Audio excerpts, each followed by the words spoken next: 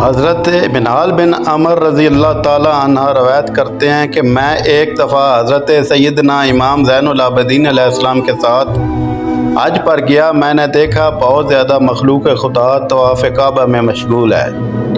یہ دیکھ کر میں نے امام علیہ السلام سے عرض کی، ماشاءاللہ بہت زیادہ اللہ کے بندے اس سال حج کر رہے ہیں۔ یہ سن کر امام زین العابدین علیہ السلام نے مجھے علم امامت کے ساتھ اپنے 2 انگلیوں کے درمیان دکھایا اور فرمایا، منہال اب دیکھو۔